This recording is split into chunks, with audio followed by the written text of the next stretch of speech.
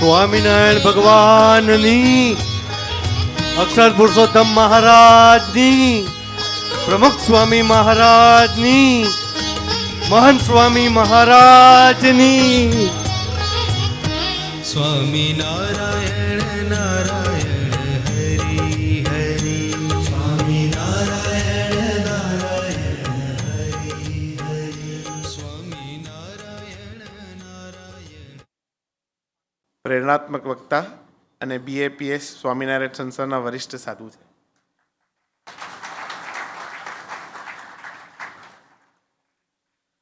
પૂજ્ય ડૉક્ટર જ્ઞાનવત્સલ સ્વામીએ પોતાના જ્ઞાન અને ઊંડાણભરી વાતોથી લાખો લોકોને પ્રેરણા આપી છે. ભારતમાં હોય કે અમેરિકામાં, યુરોપમાં હોય કે કેનેડા, ઓસ્ટ્રેલિયા હોય કે ન્યૂઝીલેન્ડ, તેઓ જ્યાં ગયા છે ત્યાં લોકોએ તેમની વાતોથી જીવનની નવી આશા અને દિશા પામી છે. તેઓ બૌદ્ધિક, ભાવનાત્મક અને આધ્યાત્મિક બુદ્ધિનો સુંદર સંયમ કરનાર જાણીતા વક્તા છે. તેઓએ ગુજરાતના વલ્લભ વિદ્યાનગર સ્થિત BVM કોલેજમાંથી મેડિકલ એન્જિનિયરિંગની ડિગ્રી મેળવી છે અને અંગ્રેજી, હિન્દી અને ગુજરાતી ભાષામાં પારંગત છે. પરંતુ તેમની સાચી ઓળખ છે ને તેમનો આધ્યાત્મિક માર્ગ. 1992માં તેમણે પરમ પૂજ્ય પ્રમુખ સ્વામી મહારાજના હસ્તે સાધુ દીક્ષા લીધી હતી. તે પ્રસંગે ગાંધીનગર સ્થિત અક્ષરધામનું લોકાર્પણ થયું હતું.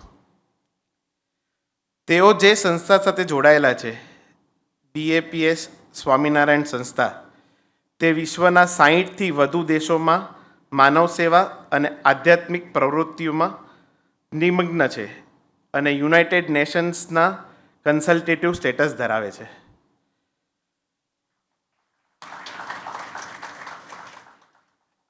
આજે મહંત સ્વામી મહારાજના માર્ગદર્શન હેઠળ પૂજ્ય ડૉક્ટર જ્ઞાનવત્સલ સ્વામી સમાજમાં શાંતિ, સંતુલન અને મૂલ્યો પોકારવા માટે સતત પ્રયત્નશીલ છે. તેઓએ 30 દેશોમાં 25,000થી વધુ પરિવારો સાથે સીધી વાતચીત કરી છે. 15,000થી વધુ પ્રવચનો આપ્યા છે અને 30 લાખથી વધુ સંસ્થાઓ સાથે તેઓ ડાયરેક્ટ સંપર્કમાં છે.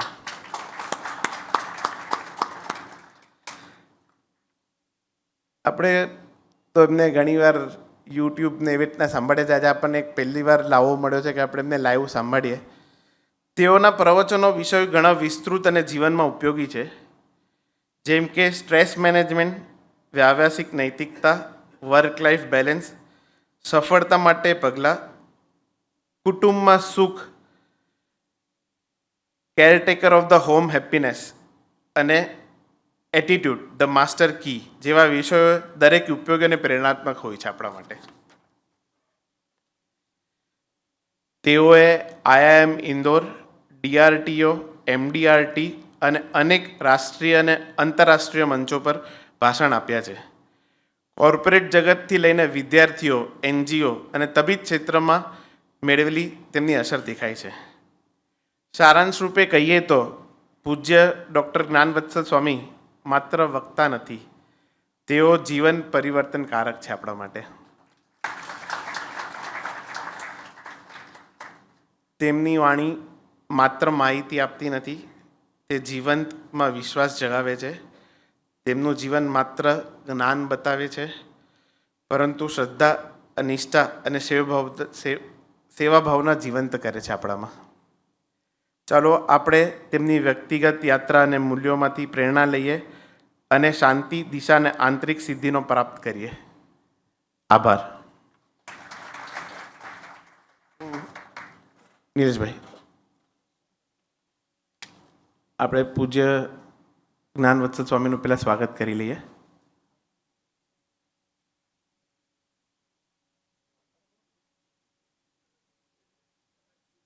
શૂઝ કાઢો નિલેશભાઈ, જરૂર નથી. ઓકે.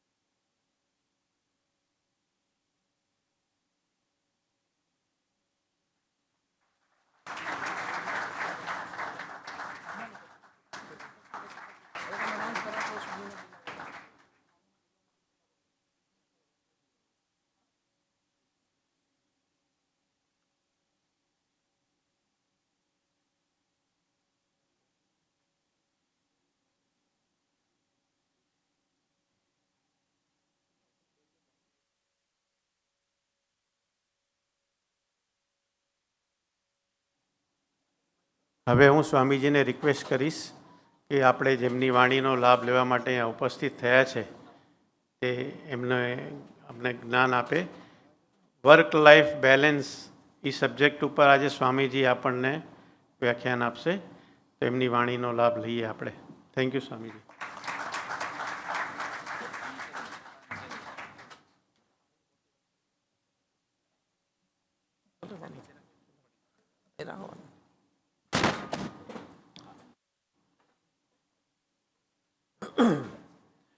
ગુણાતીતોક્ષરમ બ્રહ્મ ભગવાન પુરુષોત્તમઃ જનો જાનન્નિદમ સત્યમ મુચ્યતે ભવબંધનાत्. આજે અહીંયા મુંબઈ ફાર્મા એસોસિએશન ના તમામ સભ્યશ્રીઓ આપ સપરિવાર પધાર્યા છો, તો આપ સર્વેને ખાસ નમસ્કાર. જય શ્રી કૃષ્ણ, જય શ્રી રામ અને જય Swaminarayan and a very good evening. બહુ આનંદ થાય છે કે તમારો આટલો સુંદર એક સમુદાય છે અને સાથે મળીને ખૂબ સુંદર કાર્યો સંસ્થા દ્વારા થાય છે. એ બધી માહિતી પણ મને પ્રાપ્ત થઈ. એટલે સંપીને સમજીને સાથે રહીને સારું કાર્ય કરો છો એ બદલ આપ સર્વેને ખૂબ અભિનંદન છે.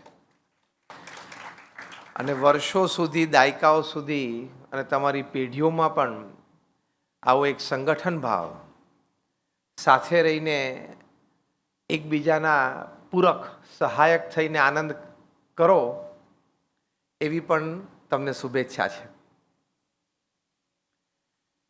બીજી વાત કે લગભગ અમારે આવવામાં 15, 20, 25 મિનિટ મોડું થયું છે, તો માફી માગું છું, માફ કરજો.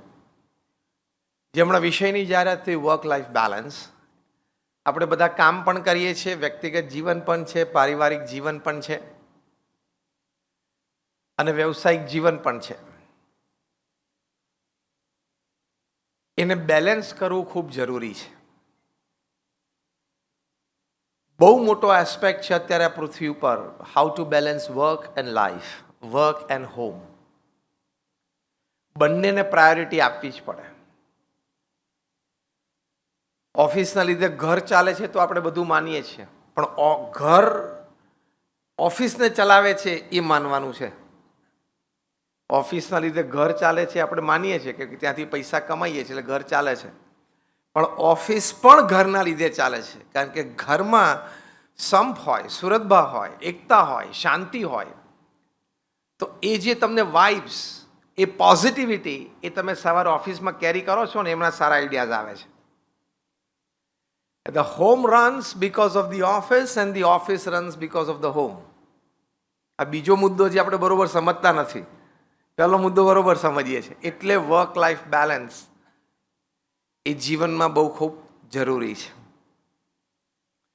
એની માટે એક સરસ ફોર્મ્યુલા મેં ડિઝાઇન કરી છે. Out of all my travels, readings and meetings with people, એક ફોર્મ્યુલા છે 8+8+8, 8+8+8.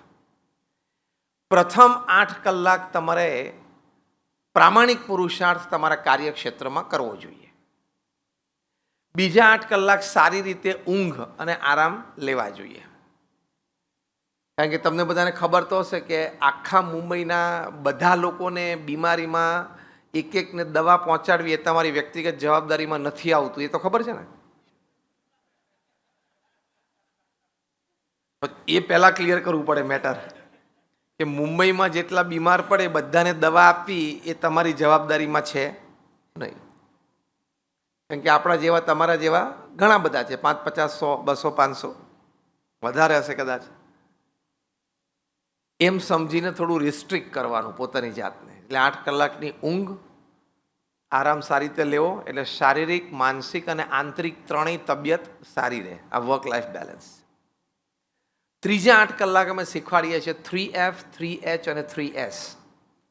3F એટલે ફેમિલી, ફ્રેન્ડ્સ, ફેઇથ. 3H એટલે હેલ્થ, હાઇજીન, હોબી. અને 3S એટલે સોલ, સર્વિસ એન્ડ સ્માઇલ.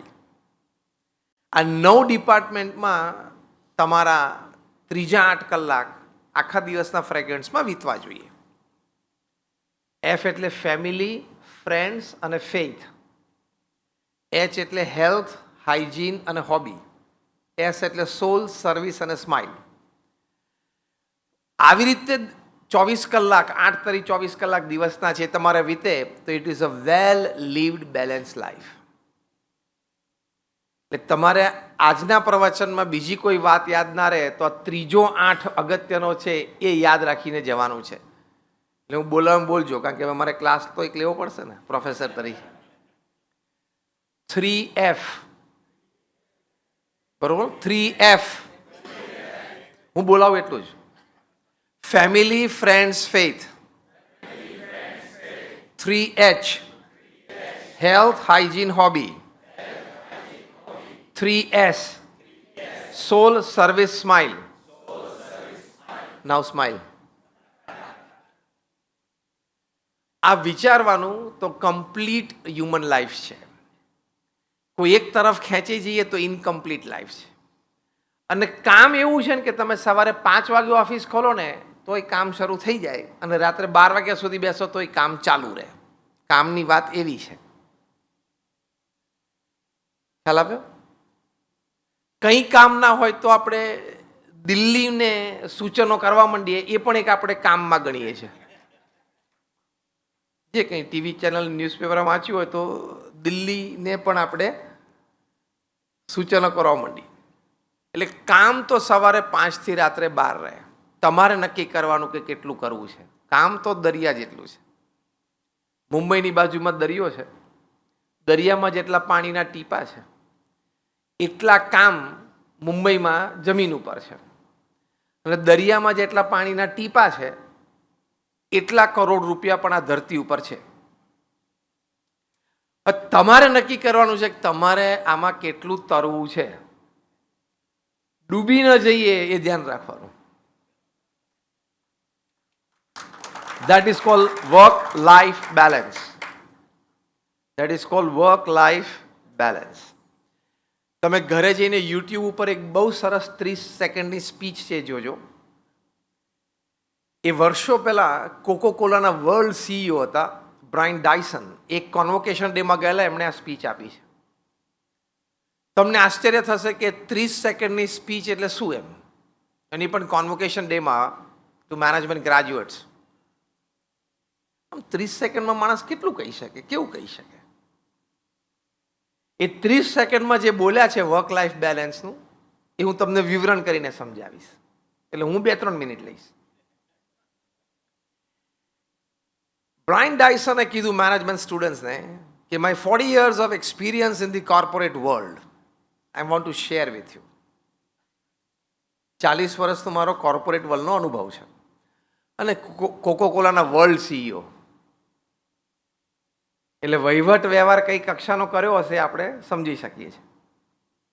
બીજું વાક્ય બોલ્યા, you are all fresh graduates but after 40 years in corporate world you will come to know that you are playing with 5 balls in life. નહીં આપણે સર્કસમાં પેલો joker હોય ને 5 બોલ 7 બોલ એક સાથે રમે એ કંઈ નીચે ન પડવા દે. એની એક કળા છે, પ્રેક્ટિસથી આવે ને આપણે જે ઉછાળે જ કરે વારાફરતી એક બમ પકડ્યા કરે. બ્રાયન ડાયસને કીધું કે તમે 40 વર્ષ વહીવટ વ્યવહાર કરશો ને પછી તમને ખબર પડશે કે તમે જીવનમાં 5 જ બોલ સાથે રમતા હતા. ત્રીજું વાક્ય, એ 5 બોલ કયા? પહેલો બોલ બોલ ઓફ વર્ક એટલે કામનો બોલ. બીજો બોલ ઓફ ફેમિલી પરિવાર. ત્રીજો બોલ ઓફ ફ્રેન્ડ્સ જે આપણું સોશિયલ સર્કલ. ચોથું બોલ ઓફ હેલ્થ આપણું સ્વાસ્થ્ય. અને પાંચમું બોલ ઓફ સ્પિરિટ આપણો આત્મા. આ 5 સંબંધિત જ પ્રવૃત્તિ તમે જીવનમાં કરી છે. આ ત્રીજું ચોથું વાક્ય. પછી એમણે કહ્યું of these 5 balls the first ball that is the ball of work is made up of rubber, rest 4 balls are made up of glass. બહુ સરસ વિભાવના કરી છે. કામનો બોલ છે ને એ રબરનો બનેલો છે. બાકીના 4 ફેમિલી, ફ્રેન્ડ્સ, હેલ્થ અને સ્પિરિટ એ કાચના બનેલા છે. એટલે બોલ of work if you lose it falls on the floor it will bounce back because it is made up of rubber. The work is like you get opportunities. જેમ વિર્જિન એટલાન્ટિકના CEO Richard બ્રાન્સને કહ્યું છે કે work is like a bus station, a bus comes every 3 minutes. જેમ આપણે મુંબઈમાં station ઉપર ઊભા હોઈએ તો દર 3-4 મિનિટ એક ટ્રેન આવી જાય, એમ કામની તક તો તમને મળ્યા જ કરશે. એક તક છૂટી ગઈ તો એ બોલ રબરનો છે એટલે પાછો બાઉન્સ થશે. પણ બાકીના 4 બોલ કાચના બનેલા છે. એમાંથી એ જગલિંગ તમે કરો છો અને જગલિંગ કરતા કરતા એ છટક્યો અને પડ્યો, it will break. If not break, it will crack, but it will not remain the same again. કાં તો તૂટી જશે, કાં તો એને તિરાડ પડશે, પણ એ જેવો છે એવો તો નહીં જ રહે. એટલે પરિવાર, સ્વાસ્થ્ય, મિત્રો, સગાવાલા, જે આપણું સર્કલ અને આપણી આત્મા એટલે અધ્યાત્મ, એ તમે એકવાર ચૂકશો, એ ટ્રેક બદલાઈ ગઈ પછી એ 4 વાત જેવી છે એવી નહીં રહે. આટલું કહીને છેલ્લું વાક્ય બોલ્યા જે અદ્ભુત છે, એ પણ તમારે વર્ક લાઈફ બેલેન્સમાં આજે ઘરે લઈને જવાનું છે. અદ્ભુત છેલ્લું વાક્ય બોલ્યા, so get to work on time, work effectively during your working hours and get back to your family on time. સમયસર કામ પર પહોંચી જવું. કામનો સમય હોય ત્યારે બહુ જ ઇફેક્ટિવલી, ફૂલ્લી એનર્જાઇઝ રહીને કામ કરવું, અને સાંજે ટાઈમે પરિવાર પાસે પહોંચી જવું. આ 30 સેકન્ડની સ્પીચ છે. તમે બ્રાયન ડાયસન નાખજો યુટ્યુબ ઉપર એટલે તમને આ સ્પીચ સાંભળવા મળશે એમના શબ્દોમાં, પણ અદ્ભુત છે. એટલે get to your work on time, work effectively during your working hours and get back to your family on time. આને વર્ક લાઈફ બેલેન્સ કહેવાય, વર્ક હોમ ફેમિલી કહેવાય, બેલેન્સ, વર્ક ફેમિલીનું બેલેન્સ કહેવાય. એ બેલેન્સ લઈને ચાલશો તો જીવન જીવવાની બહુ મજા આવશે. એકેય ખૂણેથી ફરિયાદ નહીં આવે, અને બેલેન્સ ચૂકશો તો ઘણા બધા ખૂણેથી ફરિયાદ આવશે. મહિનામાં 22 કે 24 આપણા વર્કિંગ ડે હોય, 4 શનિ રવિ કાઢી નાખો એટલે 22 ગણવાના. 22 આપણા વર્કિંગ ડે છે. 22 દિવસ, 22 વર્કિંગ ડેમાંથી 70% વર્કિંગ ડેઝમાં you have to get back to your family by 8 PM. એટલે 22માંથી લગભગ 16 દિવસો, 15-16 દિવસ તમારે પરિવારમાં 8 વાગ્યા સુધીમાં પાછું આવી જવું જોઈએ. બીજા જે 16 ને 6, 22 એક વધે એટલે 6-7 દિવસ વધ્યા કામના, એમાં તમે મોડા આવી શકો છો. 9 વાગે પણ આવી શકો છો, કોક વખત 10 વાગે પણ આવી શકો, કોક વખત 11 પણ વાગી જાય. સમજીએ કામ હતું, મોડું થયું, કોઈ ક્લાયન્ટ આવવાના હતા એનું મોડું થયું, ઇમરજન્સી કામ આવી ગયું, વોટ એવર. એટલે 22 વર્કિંગ ડેમાંથી 6-7 વર્કિંગ ડે તમને 8 થી 11 ની વચ્ચે આવવાની છૂટ, ટ્રાફિક હતો, whatever. But let me tell you, out of this 22 working days, 70%, if 15 to 16 days you cannot come back to your family at 8 PM, you are a very poor manager of time and work. તમે સમય અને કામના બહુ ખરાબ manager છો. તમને સમય અને કામનું આયોજન આવડતું નથી કે 22 વર્કિંગ ડેઝમાંથી 16 વર્કિંગ ડેઝ તમે 8 વાગ્યા સુધીમાં પરિવાર સાથે ન આવી શકો તો. અને હવે તો વધારે સારી વ્યવસ્થા છે ને, તમારી પાસે હાથમાં મોબાઈલ એટલે તમારી 30-40% ઓફિસ તો તમારી ભેગી જ છે. As simple as that. એટલે ત્રીજો નિયમ તમારે આ લેવાનો કે હું 22 વર્કિંગ ડે છે, 4 શનિ રવિ આપણે કાઢી નાખ્યા, 22 વર્કિંગ ડે છે, એમાંથી 16 દિવસ હું 8 કે 8 પહેલા પરિવાર સાથે આવી જઈશ. કેટલાને આ વાતમાં આમ તથ્ય જેવું લાગે છે, કંઈ આમ કરવા જેવું લાગે છે? હાથ તો ઘણા બધા ઊંચા કર્યા. હા, એ ખાલી મેં ઊંચો કર્યો એટલે સામે બધા રિસ્પોન્સ આપ્યો. સાચું બોલજો. હા, એટલે તો ધન્યવાદ છે, પણ આ તો મિનિમમ લિમિટ સેટ કરું છું. એટલે મેં હાથ ઊંચો કર્યો ખાલી રિસ્પોન્સ આપવા માટે નહીં ને. ટૂંકમાં દવાની જગ્યા પ્લેસિબો નથી ને,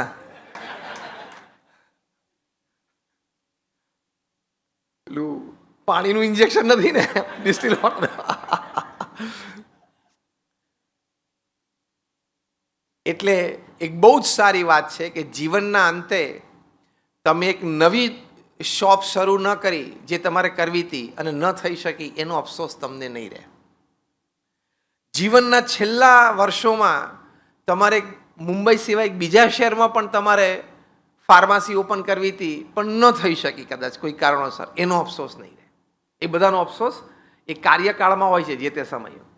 જીવનના અંતે આ બધા કોઈ અફસોસ નથી રહેતા. જીવનના અંતે અફસોસ એટલા જ રહે છે કે પરિવાર સાથે મારે જેટલો સમય આપવો જોઈતો હતો, હવે મારા દીકરા દીકરી મોટા થઈને હવે પરદેશ ભણવા જાય છે, પરદેશ સેટલ થાય છે, એ નાના હતા ત્યારે મારે જેટલો સમય આપવો જોઈતો હતો, એના ઇનોસન્સ અને ક્યુટનેસનો જે મારે આનંદ લેવાનો હતો એ હું ન લઈ શક્યો. આના અફસોસ હોય છે. મારા જીગરજાન 2-5 મિત્રો હતા, એને ખાલી હું વર્ષમાં 2-4 બર્થડે કે એનિવર્સરી કે દિવાળી એવું 2-4 વિશ કરતો હતો. મારે જેટલું એની સાથે બેસીને વાતો કરીને આનંદ લેવો હતો ને એટલે હું ના લઈ શક્યો. You will regret not enjoying this relationships. You will not regret a new business not set up. આ સિદ્ધાંત છે. મેં એક નવો બિઝનેસ ઊભો ન કર્યો એનો અફસોસ જીવનના અંત સમયે નથી રહેતો. અંત સમયે મારા મિત્રો, સગા, નજીકના જેની માટે મને પ્રેમ અને આદર હતો અને એ લોકોને મારા માટે પ્રેમ અને આદર હતો, એની સાથે મેં યોગ્ય સમય વિતાવ્યો નહીં. એટલે આપણે વર્ક લાઈફ બેલેન્સ રાખવાના. ખ્યાલ આવ્યો? એટલે 11 વાગ્યા સુધી ને 12 વાગ્યા સુધી ફોન ચાલુ રાખવાની જરૂર. આમ નથી બોલતા બોલતા તો વજન પડી ગયું નહીં? રાત્રે 12 વાગે સુવા જાય ને તો છેલ્લે એકવાર ચેક કરે કંઈક છે, ઓન કરે ને લીલું બટન ઓન કરે ને લાલ બટન એટલે યુટ્યુબ ને લીલું બટન એટલે વોટ્સએપ ચાર્જિંગમાં મૂકી દે. સવારના પોરમાં ઉઠીને પહેલું જ કામ, પથ્થરની બાજુમાં ચાર્જ થતો હોય નજીક, પ્લગ કાઢીને જોવે આમ બટન, લીલું બટન દબાવે ને આમ મેસેજ આવે 70-80, ખુશ થઈ જાય. રાત્રે 11 ને 12 વાગ્યા સુધી તમે મોબાઈલ ચાલુ રાખો છો, મૂર્ખામી છે.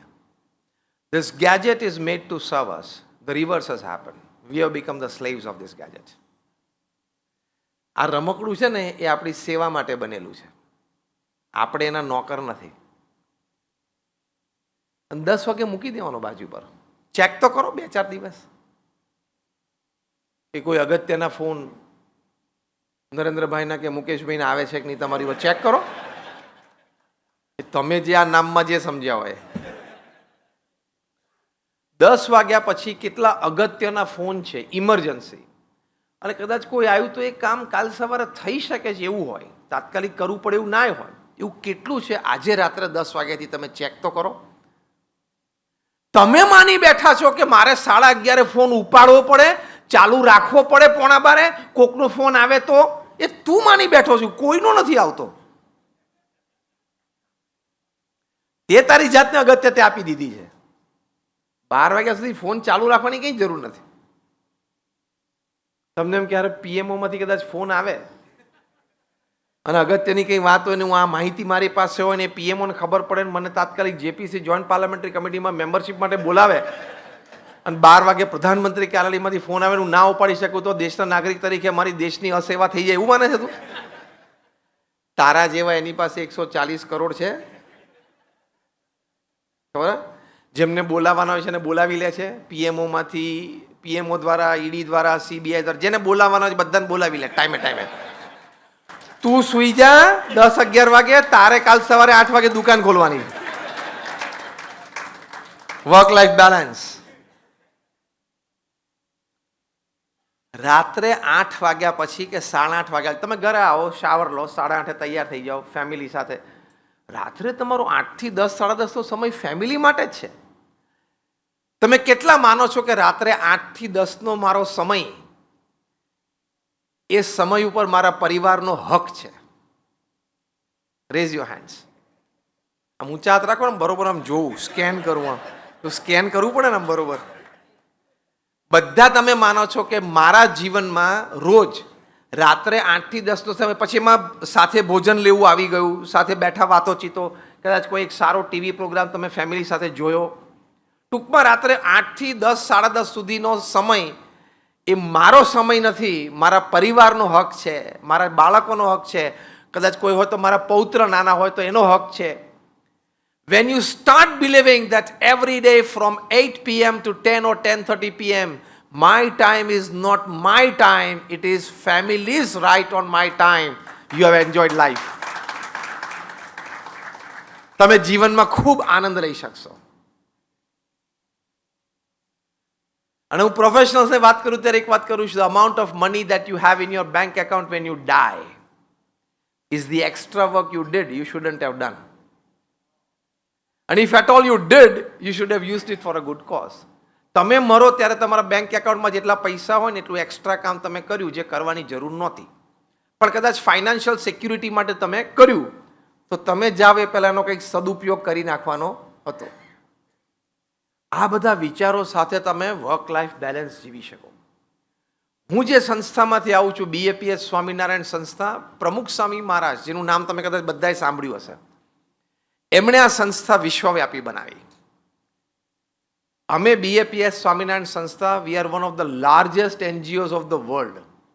યુનોમાં, યુનાઇટેડ નેશન્સમાં અમારી સંસ્થાને સ્થાયી પરમેનન્ટ સીટ છે NGO તરીકે. અત્યારે અમારી BAPS સંસ્થામાં અમે 1800 hospitals, hostels, schools, colleges, community centre, સંસ્કાર કેન્દ્ર, હરિમંદિર, મંદિર કરીએ છીએ. એટલે કે એનો વહીવટ, વ્યવસ્થા કરીએ છીએ. 1800 એકમો અમારા ચાલે છે અણિશુદ્ધ વ્યવહારથી. ગુજરાતના ચેરિટી કમિશનરે કહ્યું કે 94,000 ટ્રસ્ટ છે ગુજરાતમાં, એમાં સૌથી ચોખ્ખો વહીવટ હોય તો એ BAPS સંસ્થાનો છે. એટલે હોસ્પિટલ, હોસ્ટેલ, સ્કૂલ, કોલેજ, નવી સ્કૂલો થાય છે પાછી, hospital, hostel, school, college, community centre, મંદિર થઈને અમે 1800 સંસ્થાઓ ચલાવીએ. તમે બધા અહીં દાદરમાં મંદિર જોયું હશે, રેલવે સ્ટેશનની સામે, એને એક એકમ કહેવાય. એની પાછળ અમારું યોગી સભાગૃહ છે, આ 10 માળનું બિલ્ડિંગ, 3,500 માણસ બેસી શકે ઓડિટોરિયમ છે, એટલે 2 થયું. એવી રીતે 1800. ગાંધીનગર અક્ષરધામ જોયું છે બધાએ? હા, એ 3 નંબર થયું. એવી રીતે 1800. એટલે હવે તમને ખ્યાલ આવે 1800 કેવી રીતે થાય. આપણે 1 કે 2 ફાર્મસી હોય કે આઉટલેટ હોય તો સાંજે ગાંડા થઈ જવાય છે ને. પ્રમુખ સ્વામી મહારાજે 1800માંથી 1300 એકલા હાથે ઊભા કર્યા. પ્રમુખ સ્વામી મહારાજે 1300 જમીનો ઉપર 1300 સંસ્થા ઊભી કરી. One man show, one man organisation, એક વ્યક્તિ સંસ્થા. આનું કોર્ડિનેશન કરવું, સંસ્થાઓ તો બાંધીએ પણ પછી એને ચલાવવા માટે યોગ્ય વ્યક્તિઓ મળવા. તમે સારામાં સારા અને મોટામાં મોટા બિલ્ડરને ઓળખતા હોય ગુજરાતના, મુંબઈના, એને પૂછજો કે આંખથી 1300 જમીનો જોઈ છે ખરી, એને પૂછજો. એટલે અહીંથી છેક તમે સૌરાષ્ટ્રમાં કે કચ્છ જતા હોય તો રસ્તામાં આમ ડાફોડિયા મારે એવી રીતે નહીં, પર્પઝફુલી કે ભાઈ આ જમીનનો કંઈક તપાસ કરો, કંઈક હોય તો કંઈક કરીએ, એવા પર્પઝથી. નોબડી. પ્રમુખ સ્વામી ડીડ 1300 પ્રોજેક્ટ્સ ઓન 1300 લેન્ડ્સ. અને બધા non commercial, non residential project, બાંધીને વેચવાના નહોતા. દિલ્હીનું અક્ષરધામ યમુના નદીના કિનારે 110 એકર ઉપર છે, અને એ આજથી 20 વર્ષ પહેલા બંધાઈ ગયું. અને એ પથ્થરનું બાંધકામ છે. અત્યારે કોકને તમે દિલ્હીમાં યમુના નદીના કિનારે 110 એકર જગ્યા ગિફ્ટમાં આપો ને તો એની છાતી બેસી, હવે આનું કરવાનું શું મારે એમ. અને તમે કન્ડિશન મૂકો ને કે 5 વર્ષનો પ્રોજેક્ટ પૂરો કરવાનો, બધી FSI વાપરવાની, તો ગાંડો થઈ જાય. પ્રમુખ સ્વામી did it 20 years back, 25 years back. આ એમનો આંકડો એમની 51 વર્ષની ઉંમર પછીનો છે, કારણ કે 51 વર્ષની ઉંમરે ગુરુપદે આવ્યા. આપણે શું સમજીએ છીએ મુખ્ય મુદ્દો? Work life balance.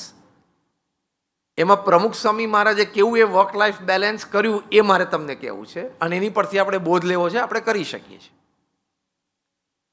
હવે આ કામ કોઈ વ્યક્તિ આ કક્ષા સુધી કરે, અને એ પણ 51 થી 95ના 45 વર્ષમાં એમને 1300 સંસ્થા ઊભી કરી. 51 વર્ષ એટલે તમને એમ થાય થોડું રિટાયરમેન્ટનું આમ વિચારવા માંડે. From his age of 51 to 95, 1300 institutes. એટલે પ્રમુખ સ્વામી મહારાજે દર 15મા દિવસે એક સમાજ સેવા સંસ્થાની સમાજને ભેટ આપી. 45 વર્ષ સુધી. એક જમીન મળવી, એ લીગલી ક્લિયર થવી, ત્યારથી માંડીને ત્યાં સંસ્થા બંધાઈ જવી, અને એનું ઉદ્ઘાટન સમારોહ થઈ જવાનું, પછી એ સંસ્થા ચાલવી. આજે એમણે બાંધેલી એ 1300 સંસ્થાઓ કાર્યરત છે. એમાંની એક તમે બીજી ચેમ્બુરમાં ત્યાં જોઈ હશે, ચુનાભટ્ટી પાસે પ્રમુખ સ્વામી આઈ હોસ્પિટલ જોઈ છે ને? હા, એ પણ એક ચોથી આઈટમ ગણવાની, એવી 1800 આઈટમ. એટલે દર 15મા દિવસે એક ભેટ આપે. એટલે એટ એની ગિવન ટાઈમ BAPSમાં 30 થી 40 પ્રોજેક્ટ ઇન્ટરનેશનલી ચાલુ હોય. હવે કેટલો વહીવટ વ્યવહાર કહેવાય. એટલે ચોખ્ખી દેશી ભાષામાં તમને સમજાવું તો આપણે જેટલાય બેઠા છીએ ને, આપણે બધાનો વહીવટ વ્યવહાર ભેગો કરો એટલો પ્રમુખ સ્વામી એકલાય કર્યો. અને એ પણ 51 થી 95ની પોતાની આયુમાં. એ 51 થી 95 દરમિયાન એ દુનિયાના 60 દેશોમાં 18,000 ગામો અને શહેરોમાં જાતે ગયા. વ્યક્તિગત જીવનમાં ચારિત્ર્યની દ્રઢતા માટે કે પછી આવી રીતે સંસ્થાઓના નિર્માણ માટે, સેવા ભાવનાઓ પ્રગટ કરવા માટે, પારિવારિક મૂલ્યો સિંચવા માટે, આપણા સનાતન હિન્દુ ધર્મના સિદ્ધાંતો પરિવારોમાં દ્રઢ કરાવવા માટે 60 દેશોમાં 18,000 ગામો અને શહેરોમાં જાતે ગયા. તમારામાંથી કોઈને 60 દેશ અને 18,000 ગામો અને શહેરોમાં ફરવું હોય તો અમે ટિકિટ સ્પોન્સર કરીએ. તમે આ ખાલી ટ્રાવેલ કરી બતાવો. તમારે ફરવાનું આનંદ કરવાનો, બીજું કાંઈ નહીં કરવાનું. પ્રમુખ સ્વામીએ ત્યાં જઈને જે કામ કર્યું કશું જ નહીં કરવાનું, તમારે ખાલી ફરવાનું. તો આપણામાંથી કોઈ કરી શકીએ, એમણે કર્યું. ત્રીજી વાત, 51 થી 95ની વચ્ચે આ બધી કોન્કરન્ટ ચાલે છે. 3.5 લાખ ઘરોમાં એમણે જાતે પધરામણી કરી. ચોથી વાત, આ 51 થી 95ની વચ્ચે લોકો એમને વ્યક્તિગત પારિવારિક પ્રશ્નો હોય તો પત્ર લખતા, એવા 7.5 લાખ પત્રોના એમણે જવાબ આપ્યા, લેખિત, ઈમેલ નહીં, હા, જાતે લખ્યા. એટલે રોજના 45 વર્ષ સુધી રોજના 50 પત્રો વાંચીને એના જવાબ આપતા હતા. આ પણ બધું 51 થી 95ની વચ્ચેનો આંકડો બોલું છું. એટલે 51 થી 95ની પોતાની ઉંમર, એમાં 1300 સંસ્થાઓ, 60 દેશોના 18,000 ગામો અને શહેરો, 3.5 લાખ ઘરમાં પધરામણી, 7.5 લાખ પત્રોના ઉત્તર, અમારા જેવા 1200 સંતોને દીક્ષા આપી. એમાંથી 150 થી પણ વધારે સંતો બોર્ન અમેરિકન અને બ્રિટિશ સિટીઝન છે. એમાંથી 50 થી વધારે સંતો આઈવી લીગ કોલેજીસમાં, એટલે સ્ટેનફર્ડ હોય, હાર્વર્ડ હોય, કાર્નેગી મેલન હોય, યેલ હોય, કિલોંગ હોય, એ કક્ષાની યુનિવર્સિટીમાં ભણીને આવ્યા છે. અમારા ઘણા બધા સંતો 26-28 વર્ષની ઉંમરે ગૂગલ, માઇક્રોસોફ્ટમાં બહુ મોટો પગાર છોડીને આવ્યા છે. એવા 1200 જણાને મેઇન સ્ટ્રીમ સોસાયટીમાંથી મેઇન સ્ટ્રીમ સ્પિરિચ્યુઆલિટી અને સોશિયલ સર્વિસમાં લાવવા લાઈફ ટાઈમ એ સામાન્ય વાત છે? તમારા 2 દીકરાઓને મોટા કરતા તમે થાકી જાઓ છો, હા કે ના? ચોખ્ખું સાચું બોલો. હા, એમ. અને તમારા દીકરા દીકરી 2, 18, 20, 22 વર્ષના થાય ત્યાં સુધી તો મા બાપ આમ 3-4 વખત, 5-10 વખત આમ હાથ પછાડી બોલે કે આના કરતા તો તું બોલતા નહીં, પણ તમે મનમાં બોલી લેજો જે તમે એકચ્યુઅલી બોલ્યા તો છો જ. યસ ઓર નો? અમને 1200 સંતોને, આ તમારા તો 2 સંતાનો, તમારા જ સંતાનો છે, તમારું જ લોહી છે, તમારો જ ઉછેર છે. અમે 1200 જણાનું બધાનું બેકગ્રાઉન્ડ જુદું. આદિવાસી વિસ્તારમાંથી અભણ પણ હોય એવા પણ સંત છે અને હાર્વર્ડના MBA પણ છે. એ બંનેને એક જ સિસ્ટમમાં રાખવા એ લીડરની સફળતા કહેવાય ને. એ પ્રમુખ સાંઈ મહારાજ કરી શક્યા. આની માટે વાત, વ્યવસ્થા, આયોજન, સિસ્ટમ, કલ્ચર, એક ઓર્ગેનાઇઝેશનમાં એક કલ્ચર ઊભું કરવું એ સામાન્ય વાત નથી. અને 2016માં પ્રમુખ સાંઈ મહારાજ સ્વધામ પધાર્યા પછી મહંત સ્વામીજી મહારાજ ગુરુપદે આવ્યા ત્યારે એમની ઉંમર 82 વર્ષની હતી. મને 8 અબજની વસ્તીમાં એક વ્યક્તિ દેખાડો પૃથ્વી પર જેણે 82 વર્ષની ઉંમરે જાયન્ટ મલ્ટીનેશનલ કોર્પોરેશનના CEO તરીકે જવાબદારી સ્વીકારી હોય રોજિંદા વ્યવહારની. મહંત સ્વામી મહારાજની ઉંમર અત્યારે 91 વર્ષની છે. 91 વર્ષની ઉંમરે રોજ 3 થી 4 કલાક વહીવટી મિટિંગમાં બેસે, કાં તો વિડીયો કોન્ફરન્સિંગ, કાં તો પર્સનલ, ઇન પર્સન. તો જ આટલી મોટી સંસ્થા ચાલે. કારણ કે અત્યારે હું પણ તમારી સાથે વાત કરું છું ત્યારે પણ અમારા 40 થી 60 નેશનલ ઇન્ટરનેશનલ પ્રોજેક્ટ્સનું પાઇપલાઇન છે. એના ડિસિઝન તો એમને આપવાના ને. Is the final decision authority. એ રોજ 70 થી 80 લોકોને વ્યક્તિગત મળે છે. રોજ 100 થી 125 પત્રોના ઉત્તર આપે છે અને રોજ 50 થી 60 ફોન કોલના ઉત્તર આપે છે. એટલે 91 વર્ષની ઉંમરે આપણે અહીંયા બેઠા છે ને આપણા કરતાં કંઈક વધારે કામ તો રોજ કરે જ છે. હમણાં 1 મહિના પહેલા 91 વર્ષની ઉંમરે ઓસ્ટ્રેલિયામાં મેલબર્ન શહેરમાં 140 એકર ઉપર દિલ્હી જેવા અક્ષરધામનું એમણે ભૂમિપૂજન કર્યું. હિન્દુ સનાતન ધર્મનો ડંકો વાગ્યો. એના એક અઠવાડિયા પછી ઓસ્ટ્રેલિયાનું બીજું મોટું શહેર સિડની, ત્યાં 5000 માણસ બેસી શકે એટલે આપણા ગુજરાતી અને તમામ ઇન્ડિયન કમ્યુનિટીઓ પોતાના કાર્યક્રમો સાંસ્કૃતિક કરી શકે એવો 5000 માણસ બેસી શકે એવું ઓડિટોરિયમ, સેન્ટ્રલ એર કન્ડિશન, એનું ઉદ્ઘાટન કર્યું. અને એની બાજુમાં જ ગાંધીનગર અક્ષરધામ જેવા મોટા સ્મારકનું ખાતમુહૂર્ત કર્યું.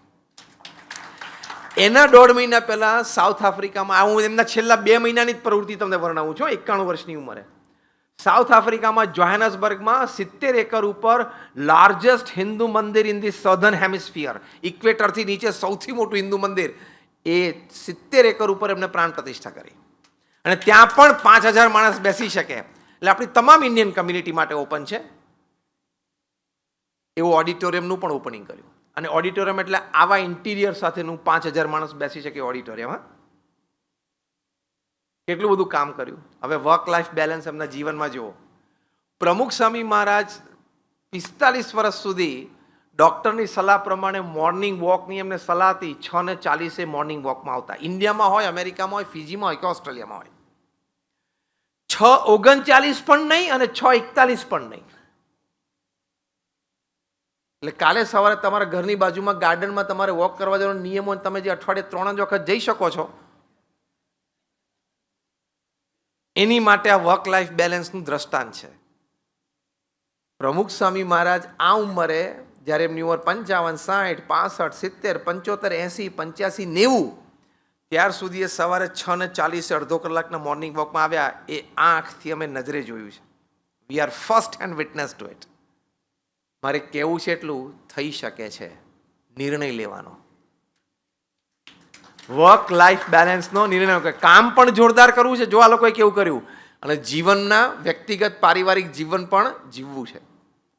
થઈ શકે છે. ટાઈમની કોઈએ ફરિયાદ નહીં કરવાની. તમે જે દિવસે એમ કહો ને કે ટાઈમ નથી મળતો, એ દિવસે તમે ભગવાનનો દ્રોહ કરો છો. કે ભગવાને સમજીને 24 કલાક નથી બનાવ્યા, કે તારી સલાહ લઈને 26નો દિવસ બનાવવાનો હતો, તારી સલાહ લઈને 28 કલાકનો દિવસ બનાવ, તોય તારે ફરિયાદ ચાલુ રહેવાની હતી. ભગવાને સમજીને 24 કલાક બનાવ્યા છે. ટ્રમ્પ પાસે 24 કલાક છે, મોદી સાહેબ પાસે 24 કલાક છે, પ્રમુખ સ્વામી મહારાજ, મહંત સ્વામી મહારાજ પાસે 24 કલાક છે ને હતા. થઈ શકે છે. મહંત સ્વામી મહારાજ 2017ની સાલમાં અમેરિકા પધાર્યા. અમેરિકાના એક્સ પ્રેસિડેન્ટ બારાક ઓબામા એમને વોશિંગ્ટનમાં પોતાના ઓફિસમાં આમંત્રણ આપ્યું, તમે મારી ઓફિસમાં આવો, અને પધાર્યા. બારાક ઓબામા 8 વર્ષ અમેરિકાના પ્રેસિડેન્ટ રહ્યા, 2008 to 2016. 2017માં તો એ પ્રેસિડેન્ટ નહોતા, કારણ અમેરિકામાં તો સિસ્ટમ છે કે 2 જ ટર્મ રહી શકાય અને પ્રેસિડેન્શિયલ ડેમોક્રેસી છે. એટલે 2017માં એ વોઝ નોટ ધ પ્રેસિડેન્ટ, પણ એ પોતે લોયર છે, મોટા એડવોકેટ છે, એટલે એમની ઓફિસ હતી, વોશિંગ્ટનમાં બેઠા હતા. મહંત સ્વામી મહારાજ એમની ઓફિસમાં પધાર્યા. વાર્તાલાપ દરમિયાન બારાક ઓબામા એક બહુ સરસ વાત કરી. In my 8 years of presidency there has not been a single day where me, my wife and my 2 daughters, એમને 2 દીકરીઓ છે, my 2 daughters, we 4 have not sat for dinner at 7 PM. 8 વર્ષ હું અમેરિકાનો પ્રેસિડેન્ટ રહ્યો, એમાંથી એક દિવસ એવો નથી કે જ્યારે સાંજે 7 વાગે હું, મારા પત્ની અને મારી બંને દીકરીઓ અમે ડાઇનિંગ ટેબલ ઉપર રાત્રિ ભોજન માટે સાથે ન બેઠા હોય, ઇનલેસ કે હું દેશની બહાર ટ્રાવેલ કરતો હોઉં તો. પ્રમુખ સ્વામી મહારાજ સવારે 6:40 વોકિંગમાં આવી શકતા હોય અને વોકિંગ પતાવીને 7:10 અડધો કલાકનું વોકિંગ પતે પછી 20 મિનિટ ફ્રેશ થઈ જાય, નહીં ધોઈ લે, અને 7:30 વાગે એમની પ્રાતઃ પૂજા માટે આવી જાય, ત્યારે 5000, 7000, 10,000 માણસ એમના દર્શન માટે આવી ગયા હોય. એ 7:30 પૂજા દર્શન પણ એમણે 45 વર્ષ સુધી મેન્ટેન કર્યું. આ કક્ષાના માણસો એક સિસ્ટમ ઊભી કરે છે લાઈફમાં. મારે ખાલી એ કહેવું છે, બારાક ઓબામા યા પ્રમુખ સ્વામી મહારાજ જેવી વ્યક્તિ એના જીવનમાં એક સિસ્ટમ ઊભી કરે છે, કલ્ચર ઊભું કરે છે ફેમિલીમાં, તો એ મેન્ટેન કરી શકે છે. તો તારે એક દુકાનમાં છે ને 11 વાગે છે, તારે એક દુકાન જે ચલાવવાની છે એમાં છે ને તારે 11 વાગે છે રોજ? આવડતું જ નથી કામ કરતા. 2 દુકાન છે ને તારે છે ને રાતે 10 વાગે છે, કામ કરતા જ નથી આવડતું તને. મેં કીધું ને 70% વર્કિંગ ડેઝમાં તમે રાત્રે 8 વાગ્યા સુધી પરિવાર સાથે પાછા ના આવી શક્યા તો તમે કામ અને સમયના બહુ ખરાબ મેનેજર છો. તમારે પહેલું એ શીખવાનું છે, how to manage your time, how to manage your work. As simple as that. આયોજન અને વ્યવસ્થા થઈ શકે છે. શરૂઆત ક્યાંથી થાય? નિર્ણયથી. અને નિર્ણય પછી તમે એક સિસ્ટમ ઊભી કરો તો થઈ શકે. એટલે આ કાર્ય સંબંધી પહેલાં ડિસિપ્લિન, સમય, ગમે તેટલું અમાઉન્ટ ઓફ વર્ક કરો તો મેન્ટેન કરી શકો, પહેલી વાત. બીજી વાત, વર્ક લાઈફ બેલેન્સ કરવા માટે કામમાં નીતિમત્તા અને પ્રામાણિકતા ચોક્કસ રાખજો. નીતિમત્તા અને પ્રામાણિકતા જો તમે ક્યાંક ચૂકી ગયા તો પ્રશ્ન આવશે ને આવશે જ. ચેન્નઈમાં હમણાં એક પાણીપુરીવાળાને ઓનલાઈન પેમેન્ટ તો હવે થાય જ છે, યુપીઆઈ છે, એટલે એને 35 લાખની પાણીપુરી વેચી તો એને પણ જીએસટીની નોટિસ આવી ગઈ, પાણીપુરીવાળાને પણ. એટલે સરકાર બહુ સતેજ છે, શક્તિશાળી છે અને હોવી જ જોઈએ તો જ દેશ ચાલે. એટલે નીતિમત્તા અને પ્રામાણિકતા રાખવાની, એ રીતે ગૌરવ લેવાનું કે આ દેશમાં રહીને હું મોટો થયો, આ દેશની માટી ખાઈને હું મોટો થયો, આ દેશમાં રહીને મેં જે કંઈ સ્કૂલ કોલેજ ભણ્યો, આ દેશમાં રહીને મેં નોકરી ધંધો કરીને મારા પરિવાર અને સ્વજનોને સુખી કર્યા, તો આ દેશની સરકાર અને આ દેશના વ્યવસ્થાને મારે માન આપવું, વફાદાર રહેવું, પ્રામાણિક રહેવું, એ નાગરિક તરીકે આપણી નૈતિક જવાબદારીમાં આવે છે. વર્ક લાઈફ બેલેન્સમાં બહુ અગત્યનું છે, કારણ કે નીતિમત્તા પ્રામાણિકતા ચૂકશો ને તકલીફ મોટી આવશે ને તે દિવસે બધું વિખાઈ જશે તંત્ર. એટલે નીતિમત્તા અને પ્રામાણિકતા આપણા કાર્યક્ષેત્રમાં આપણે જરૂર રાખવી. જીએસટીના 2 અર્થ છે, ખબર છે? પહેલો અર્થ આપણે જાણીએ છીએ, જીએસટી એટલે goods and services tax. Businessman કે પ્રોફેશનલે વાત કહું ત્યારે કહું છું કે આ જીએસટી બરોબર ભરશો ને એટલે ઉપરથી એક જીએસટી વરસશે. આ જીએસટી એટલે ગુડ્સ એન્ડ સર્વિસીસ ટેક્સ, અને ઉપરથી એક જીએસટી વરસશે એટલે શું? God saves tension. GST, God saves tension. ભગવાન તમારું ટેન્શન ઓછું રાખશે. હવે ખોટું કરે એટલે યાદ બહુ રાખવું પડે. તમે જુઓ, આપણે જીબી બધી એમાં વપરાઈ જાય, ફોનની જીબી વપરાય એવા વપરાઈ જાય. કે ખોટું એટલે ખબર પડે કે આ માણસ પાસે હું આ ખોટું બોલ્યો છું, આ માણસ પાસે આ બોલ્યો છું. એટલે જે તે માણસ સાથે ફરી વખત વાત થાય પેલું રિકોલ કરવું પડે, કારણ હું આવું બોલ્યો હતો એકવાર, એટલે યાદ રાખો. એટલે તમે સાચું બોલો તમારે યાદ જ નથી રાખવાનું. You remain light, you remain perfect. એટલે નીતિમત્તા અને પ્રામાણિકતામાં કોઈ દિવસ ચૂક આવવા દેવી નહીં. પ્રમુખ સ્વામી મહારાજને પૂછ્યું કે કયો વિચાર તમારા મનમાં હંમેશા રહે છે? એમણે કહ્યું કે જે વિચાર મને ક્યારેય નથી આવ્યો હું કહું. That was interesting. પ્રમુખ સ્વામી મહારાજ બોલ્યા, જો આટલો વહીવટ વ્યવહાર આવડી મોટી સંસ્થા ચલાવ્યા પછી, એક્ઝેક્ટ હું એમને વર્ડ ટુ વર્ડ કોટ કરું છું. પ્રમુખ સ્વામી મહારાજ બોલ્યા, કોઈનું પણ અહિત થાય એવો વિચાર મને જીવનમાં ક્યારેય નથી આવ્યો. એટલે ધંધા વેપારમાં તમારા સ્પર્ધક હોય ને એનું પણ અહિત નહીં ઈચ્છવાનું. સૌડું ઈચ્છવાનું કે એનો ધંધો વધે, કારણ કે એનો ધંધો વધશે તો તમને પણ કોમ્પિટ કરવાની મજા આવશે. તમે પણ healthy, go for healthy competition. એનો ધંધો ઓછો થાય, પડી ભાંગે, એનો ધંધો પછી મને મળી જાય, આવા ક્ષુલ્લક વિચાર નહીં કરવાના. આ બધા શું કહેવાય, ચોખ્ખી ગુજરાતી ભાષામાં હલકટ વિચારો, એવા નહીં કરવાના. કોઈનો ધંધો તૂટે, કોઈ પાછો પડે, કોઈની દુકાન બંધ શું કામ ઈચ્છું કરે ને, એ આનંદ કરે. એનો પુરુષાર્થ છે, એનું પ્રારબ્ધ છે, એની પર ભગવાનની કૃપા છે, એ ભોગવે, એ આનંદ કરે. મારો પુરુષાર્થ, મારું પ્રારબ્ધ અને મારી ઉપર ભગવાનની કૃપા, એનો હું આનંદ કરું. He is he, I am I. Work life balance આનંદથી જીવાય, આનંદથી કામ કરાય. તમે ધારો કે અલ્ટામાઉન્ટ રોડ ઓફ રહેતો, નેપિયન્સ રોડ, ત્યાંથી તમને ધારો કે અંતિલા રોડ દેખાતું હોય, તમે 2 BHK તમારો, તમે ગેલેરીમાં રોજ અંતિલા જો મારું બધું, આ ક્યારે આપણે મેળ પડશે તો ઉપાધિ, તો તમને તમારો 2 BHK છે ને એનો આનંદ નહીં આવે.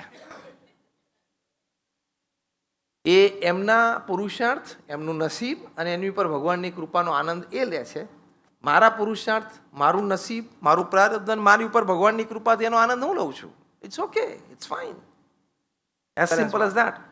જેમ પહેલા $10 અઘરા છે, પહેલા $10 તમે કરાવી લો, પછી તમે જે રૂપિયાનું હેમ્બર્ગર મળે છે, રૂપિયાનું જ મળે છે સેન્ડવિચ, આપણે વડાપાવ લઈ લો, ચલો ને, મુંબઈ છે એટલે એટલાનું જ મળે છે અને એટલો જ સ્વાદ આવે છે ને એટલો જ આનંદ આવે છે, એમાં કંઈ વધારે હોતું નથી.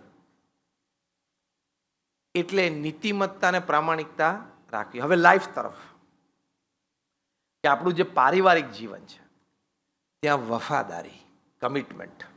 મુંબઈમાં બાંદ્રામાં ફેમિલી કોર્ટ છે, રોજ 70 થી 80 ડિવોર્સ કેસીસ નોંધાય છે. આ વર્ક લાઈફ બેલેન્સ ના કહેવાય ને? દિલ્હીમાં રોજ 70-80, હૈદરાબાદ, સિકંદરાબાદ, ટ્વિન સિટીમાં રોજના 100. આટલું બધું આમ લોકોને વાંધો શું પડી જતો હશે એ પ્રશ્ન છે. કારણ કે એક વાત તો નક્કી છે કે તમે ચોરીમાં ગયા લગ્ન કરવા માટે, કોઈએ તમને બાવડું પકડીને ટીંગા ટોળી કરીને લઈ ગયા હતા? હા કે ના કહો? તમને આમ બાવડું પકડીને 4 જણા ઉચકીને ટીંગા ટોળી કરીને લઈ ગયા હતા? પરાણે પૈણાયા હતા? Tell me, was it your choice? Give me a louder one. It was your choice. તો તમારે કહેવાનું, because it was my choice, I am committed to it. Simple. તો તમારી લાઈફ, એટલે વર્ક લાઈફ બેલેન્સમાં લાઈફ બાજુથી બેલેન્સ, આપણે work બાજુથી તો બેલેન્સ જોયું, વર્ક બેલેન્સ જોયું, હવે લાઈફ બેલેન્સ. કમિટમેન્ટ એટલે કમિટમેન્ટ. એની માટે હું એક ફોર્મ્યુલા બોલું છું, ઘણી વખત તમે સાંભળી હશે ક્યાંક, 40-30-20-10. 40+30+20+10 એટલે 100 થાય. 40-30-20-10 નો સિદ્ધાંત હંમેશા સમજી લેવો અને સ્વીકારી લેવો કે આપણે આદરેલા કામ અને આપણે શરૂ કરેલા સંબંધોમાંથી 40% બહુ જ સારા ચાલશે, આપણા મન પ્રમાણે ચાલશે અને આનંદ કરી લેવાનો, કમાઈ લેવાનું. બીજા 30% આપણે આદરેલા કામ અને આદરેલા સંબંધો, એમાં એક્સ્ટ્રા એનર્જી પમ્પિંગ કરવી પડશે, વધારે એને માન આપવું પડશે. પ્રોજેક્ટ આપણે X અમાઉન્ટનો નક્કી કર્યો હતો પણ X+2 નો થઈ ગયો, વોટ એવર, X+Y નો થઈ ગયો, થાય. એટલે તમારે એક્સ્ટ્રા રિસોર્સિસ મૂકશો ને કામમાં ને સંબંધોમાં, ત્યારે એ 30% ચાલશે. કેટલા થયા? 70. હવે સાંભળજો, 20% તમે જે કામ આદર્યા છે ને જે સંબંધો આદર્યા છે એમાંથી 20% બગડવા માટે જ સર્જાય છે. Accept it. હવે ઘરે જઈને આ રેશિયો માનજો, 20% કામ અને 20% સંબંધો બગડે. કંઈક એની ભૂલ હોય, આપણે માફ ન કરી શક્યા, આપણી ભૂલ હોય, એની માફ ન કરી શક્યા, કોક વખત આપણી વૃત્તિ બગડી, કોક વખત એની વૃત્તિ બગડી, અને કોક વખત બેય સાજા ને સારા હોય પણ હવે સંજોગો એવા ઊભા થઈ ગયા કે શંકા ઊભી થઈ, વોટ એવર. એટલે 20% કામ અને સંબંધો બગાડવા માટે સર્જાયેલા છે. કેટલા થયા? 90. હવે 10 ની તો જોરદાર મજા છે. 10% કામ અને સંબંધો એ જીવનમાં, કામ છે એ મોટી ખોટ લાવવા માટે આવે છે, અને સંબંધો છે એ સ્પર્ધા કે દુશ્મનાવટમાં પરિવર્તિત થવા માટે જ આવે છે. સ્વીકારી લેવાનું. એટલે કોક કામ બગડે તો તરત શું વિચારવાનું? આ પેલું 20% વાળું. કોક સંબંધ બગડે તો 20% વાળું છે. હું કહું છું, કોઈ સંબંધ બગડે તો દર 2 મહિને સંબંધ સુધારવાનો પ્રયત્ન 3 વખત 6 મહિના સુધી કરવો, અને ન સુધરે તો એના માટે શુભેચ્છા આપી, ભાઈ તમારું સારું થાય, તમે જીવનમાં પ્રગતિ કરો, તમે સુખી થાઓ, એમ શુભેચ્છા પાઠવીને મોઢું ફેરવી દેવાનું. અને પહેલું કામ, મોબાઈલમાંથી એનો નંબર ડિલીટ કરી નાખવાનો. એટલે શું? આપણે માનસિક શાંતિ અને એને શાંતિ. આ રિયાલિટી ઓફ લાઈફ છે. રિયાલિટીની તો ઘણી બધી આપણને ખ્યાલ છે, આ હું રિયાલિટીની વાત કરું છું. જીવનની વાસ્તવિકતાઓ છે, સ્વીકારી લેવાની. તમે છેલ્લા 20-10% અડાડશો એટલે બધું ઘણું ખબર પડવા માંડશે ને લાઈફની. આખી રેન્જ આવશે, ભાઈ બહેનથી માંડીને મિત્રો, સગાવાલા, એ બધા 20-10%માં ઘણા બધા આવતા હશે. આગળ જતા જતા છેક સાસુ સસરા સુધી બધું આવી જશે રેન્જમાં. આ 20-30 વાળી જે રેન્જ છે ને, સંબંધ બગાડવાના, સ્પર્ધા ને એમ બધા આવી જશે. માતા પિતા, સાસુ સસરા, ભાઈ બહેન બધામાં આવી જશે, પડોશી કોઈ હોય. એટલે લાઈફ બેલેન્સ કરવા માટે આપણે પ્રયત્ન કરવાનો લાઈફ તરફથી, આપણે સંબંધોમાં. પણ ના થયું તો પછી એ સ્વીકારી લેવાનું, તેનું ટેન્શન નહીં રાખવાનું. એક વાસ્તવિકતા શીખવાનું. બીજું લાઈફ તરફથી મેં જે આ વાત કરી એમ, કમિટમેન્ટ. કે મેં કીધું આટલા બધા ડિવોર્સીસ થાય છે એમાં તમને ખબર છે 5% ડિવોર્સ તો 60થી ઉપરના હોય છે ને એ લોકો નોંધાવે છે. 5% of the divorce cases that are registered are of the people above the age of 60. 60 એટલે તારે 30-35 વર્ષ તો લગ્ન જીવનને થઈ ગયા. આપણે ઓન એન એવરેજ ગણીએ 60 એટલે 30-35 વર્ષ લગ્ન જીવનને થઈ ગયા. હવે 30-35 વર્ષ ચાલ્યું તો હવે તારે 10-15 ચલાવવાનો છે. આમે 75 એક વિકેટ પડવાની જ છે. એકાદી વિકેટ 75 પડવાની જ છે તો 10-15 ખેંચી લે ને. ડિવોર્સ લોયર્સે પોતે એનાલિસિસ કર્યું કે આ 60 વર્ષથી ઉપરના લોકો કેવી રીતે છૂટાછેડા માટે નોંધાય, એના કારણો શું છે. કારણો તો જાણીએ. તો બહુ એનાલાઇઝ થયું અને 5 મુખ્ય કારણો આપ્યા. એમાંનું એક કારણ, suddenly my spouse has lost the sense of dressing. કે મને એમ લાગે છે કે મારા જીવનસાથીને હવે ડ્રેસિંગ સેન્સ રહી નથી. એટલે 65 વર્ષે જબ્બો લેંગમ બધું હોય, એ કેટલું હોય એમાં. 65 વર્ષે સિમ્પલ ડ્રેસિંગ ઇઝ ફાઇન. બીજું કારણ ખબર છે? બેડરૂમમાં એસીની ટેમ્પરેચર અને પંખાની સ્પીડ.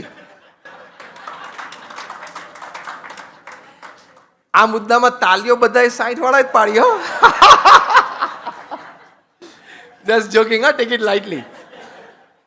થોડા આનંદ માટેની વાત છે, લાઇટલી લેજો, નથિંગ સિરિયસ. પણ આ વાત હકીકત છે. તમને ધારો કે 2 ઉપર પંખો ફાવતો હોય, તમારા સ્પાઉસને 5 ઉપર ફાવતો હોય તો પ્રેક્ટિસ કરીને તમારે 3-4 ઉપર આવી જવું પડે. બીજું ઘણું પ્રેક્ટિસ કરી લીધી. આ મુદ્દા પરથી મારે મુખ્ય સિદ્ધાંત શું સમજાવો છે? Life is compromise. જીવનનો પર્યાયી શબ્દ શું છે? કોમ્પ્રોમાઇઝ. સિમ્પલ. તમારી ઈચ્છા હોય કે ઉનાળામાં માથેરાન જઈએ અને પત્ની કે શિમલા જઈએ, તો ક્યાં જવાનું?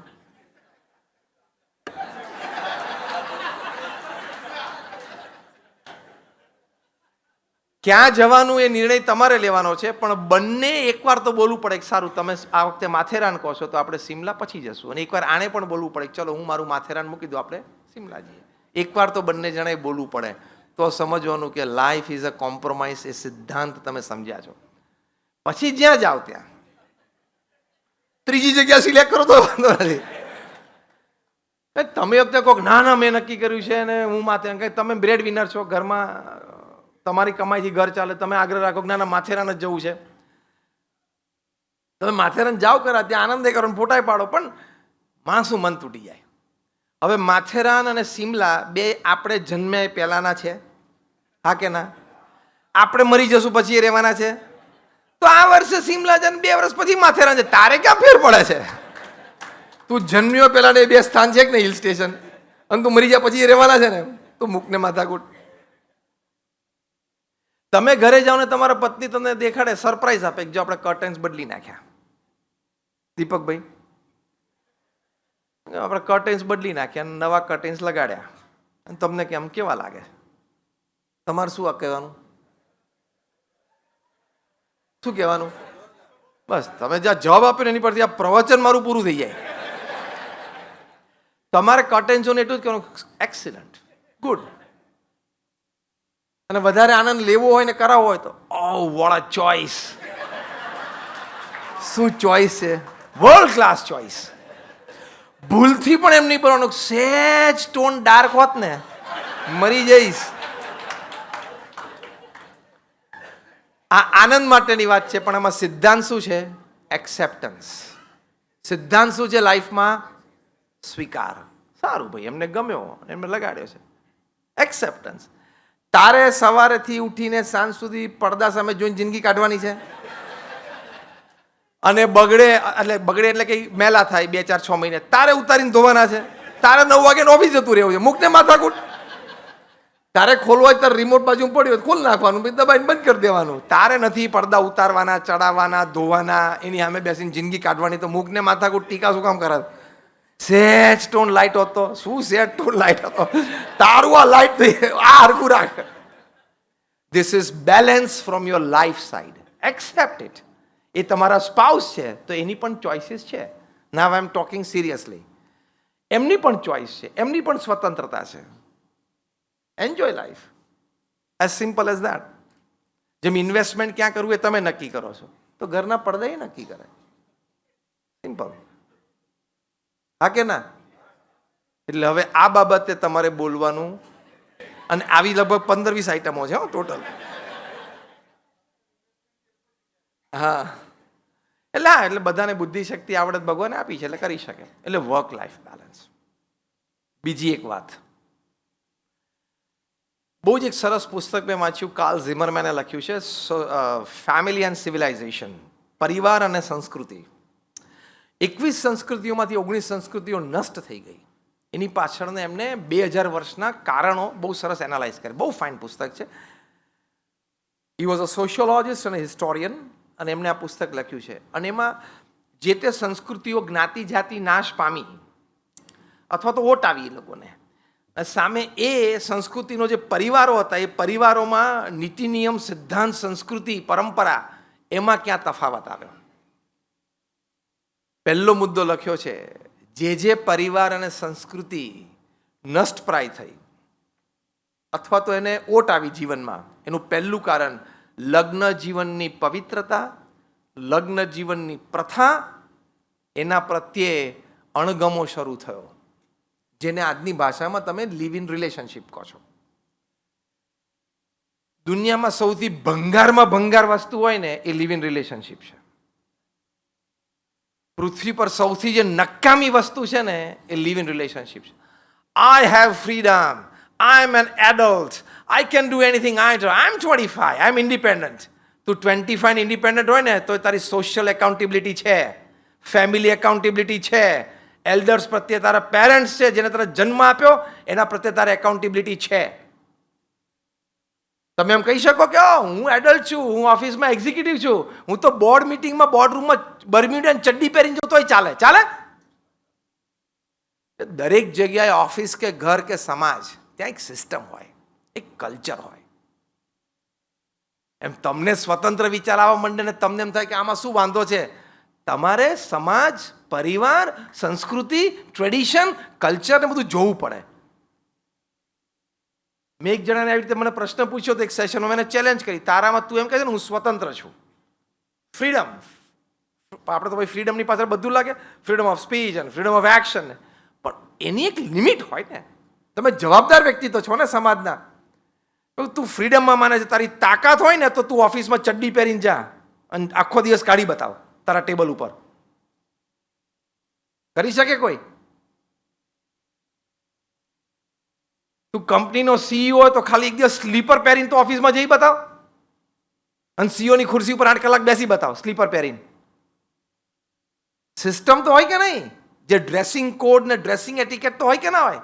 જેમ ડ્રેસિંગ કોડ છે, ડ્રેસિંગ એટિકેટ છે, એમ બિહેવિયર કોડ્સ પણ હોય, બિહેવિયર એટિકેટ્સ પણ હોય. જેમ ત્યાં ઓફિસ છે ને તમારે ઓફિસના કાયદા કાનૂન નિયમ પાળવા પડે, એમ સમાજના પણ પાળવા પડે. ત્યાં સ્વતંત્રતા નથી. ફ્રીડમના નામે ગમે, all freedom comes with accountability. There is no freedom in the world that doesn't come with accountability. એટલે આપણે લગ્ન પ્રથા, લગ્ન પરંપરા, લગ્નની પવિત્રતા જાળવી રાખવાની. કાર્લ ઝિમરમેને બીજું લખ્યું છે કે યુવાનોને વડીલો પ્રત્યે, સેવા પ્રત્યેનો ભાવ ઘટતો ગયો. યુવાનોને વડીલોનો થોડો અનાદર પણ ઘટતો ગયો, અનાદર પણ વધતો ગયો, એ પણ લખ્યું છે. ત્રીજી વાત એમણે સ્પષ્ટ લખી છે કાર્લ ઝિમરમેને, કે વ્યભિચારની ઈચ્છા અને વ્યભિચારનો સ્વીકાર એ સમાજમાં વધતો ગયો. એ બધા સમાજ તૂટ્યા, એ બધા પરિવારો વેરવિખેર થઈ ગયા, એ સંસ્કૃતિ ખલાસ થઈ ગઈ. તો આપણી સનાતન હિન્દુ ધર્મની સંસ્કૃતિમાં આની માટેના નીતિ નિયમો છે, આની માટેની વિચારધારાઓ છે. આપણા ઋષિમુનિઓએ આપણને આ પવિત્રતા આપી છે. એનાથી વિરુદ્ધ જઈને કોઈ વ્યક્તિની પ્રગતિ થઈ નથી ને સુખી નથી થયો અને થશે પણ નહીં. એટલે આ લાઈફ એંગલ તરફથી વર્ક લાઈફ બેલેન્સ છે. અહીંયા જો ચૂક આવીને પારિવારિક જીવનમાં, લગ્ન જીવનમાં, ક્યાંક તમે કમિટમેન્ટમાં પાછા પડ્યા, ક્યાંક વફાદારીમાં પાછા પડ્યા, પ્રશ્ન આવશે, આવશે ને આવશે જ.